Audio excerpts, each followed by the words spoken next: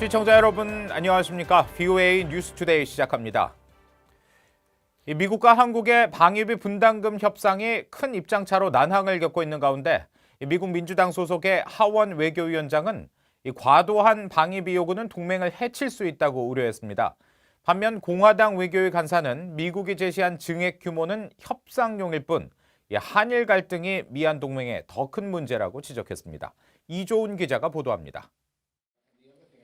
미국 하원의 엘리엇 엥겔 외교위원장은 미국이 한국의 방위비 분담금으로 5배 가까이 높아진 50억 달러를 요구한 것으로 알려지자 우려 섞인 반응을 보였습니다. 민주당 소속의 엥겔 의원은 과도한 요구는 동맹 관계를 해칠 수 있다면서 트럼프 행정부를 비판하기도 했습니다.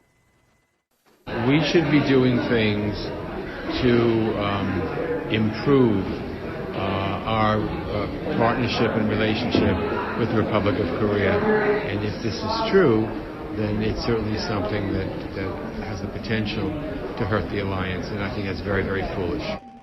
반면 공화당 의원인 테드 요호 간사는 트럼프 대통령의 방위비 분담금 증액 요구에 지지 입장을 보였습니다.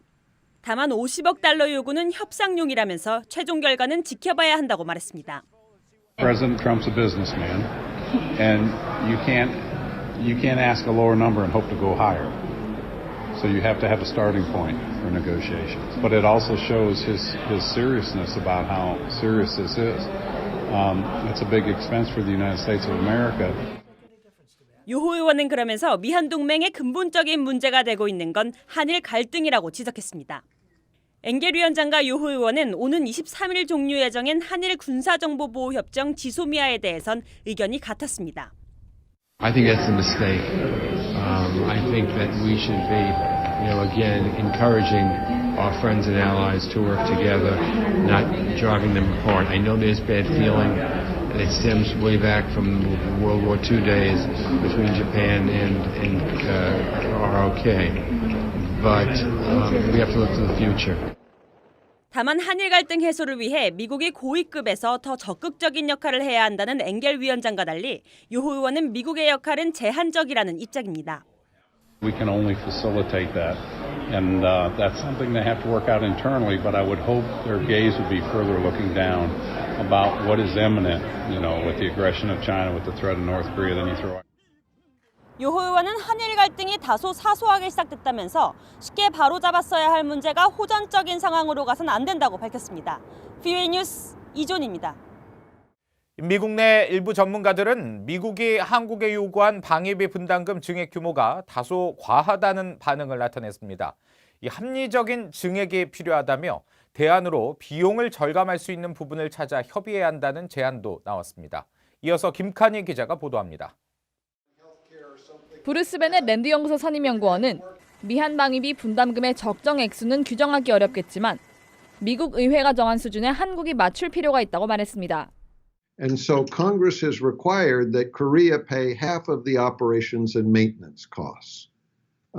Korea historically paid a little bit less than that, but very close.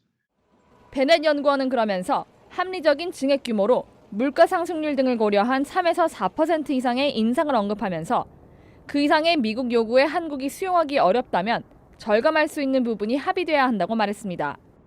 한미연합사령관 참모 출신인 민주주의 수호재단의 데이비드 맥스웰 선임연구원은 미국이 요구하는 분담금 항목들에 대해 양측이 합의할 수 있는 부분이 무엇인지부터 살펴봐야 한다면서 협상이 길어져도 협정의 공백 상태는 없어야 한다고 강조했습니다. But on the South Korean side, they are investing in their military, they're increasing their defense spending, and of course things like the OPCON transition all impact on this as we want South Korea to invest more in its defense in preparation for the OPCON transfer.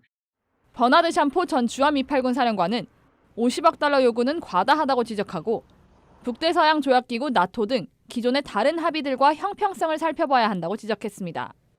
I think it's fair to look at other, NATO and other international agreements that we have and look at a number that's consistent with that. And if Korea is looking to give more than what we've traditionally gotten from other allies and partners, then I think that's a pretty good start point.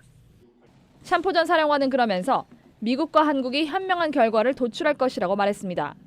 미한 방위비 분담금 협상은 이전에도 많은 굴곡이 있었다면서 두 나라는 협상으로 중간점을 찾을 것을 확신한다고 강조했습니다.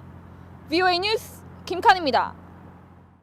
도널드 트럼프 대통령은 미국 싱가포르 정상회담 합의 사항에 대한 이행 의지가 여전하다고 미 국무부가 밝혔습니다. 국무부 대변인실 관계자는 최근 트럼프 대통령의 트위터 내용과 관련해 북한이 적대시 정책 철회를 주장하며 반발성 담화를 잇따라낸 데 대한 VOA 논평 요청에 이같이 밝혔습니다. 국무부 관계자는 그러면서 싱가포르 정상회담에서 합의한 변화된 관계와 항구적인 평화 구축, 완전한 비핵화 이행에 대한 트럼프 대통령의 의지를 강조했습니다. 북한은 세계에서 뇌물이 가장 만연한 부패 국가 중 하나로 사업 위험도가 매우 높다는 국제기구의 지적이 또 나왔습니다. 뇌물 등 부정부패를 척결하려는 정부의 노력이다. 이를 감시하는 민간단체들이 전무하다는 건데요. 김영권 기자가 보도합니다. 미국의 국제 뇌물 방지 민간기구인 트레이스 인터내셔널이 최근 발표한 연례 뇌물 위험 보고서를 통해 북한의 뇌물 부패 정도가 세계 최악 수준으로 나타났다고 밝혔습니다. 100점 만점에 점수가 높을수록 부패가 심한 이 단체의 뇌물 위험 지수에서 북한은 86점을 받아 200개 국가 중 198이란 불명예를 안았습니다. 북한보다 심각한 나라는 94점을 받은 아프리카 소말리아와 92점의 남수단뿐이었습니다. 북한은 정부와 민간업체 사이의 뇌물 수수 정도와 규제 부담에서 70점, 정부의 뇌물 억제 노력과 민간의 정부 감시 노력은 각각 최악의 점수인 100점을 받았습니다. 이 단체 알렉산드르 레이그 대표는 19일 VOA에 북한은 효율적인 반부패 집행체계가 없다고 말했습니다. 관리들의 권력남용에 대한 기소와 지역 협력 점수는 가장 낮은 바닥권이고 북한 정부의 반부패, 정책 강도 역시 세계 최악 수준이란 겁니다. 유엔 인권 최고대표 사무소도 지난 5월 보고서에서 북한에 만연된 뇌물의 심각성을 자세히 지적했었습니다.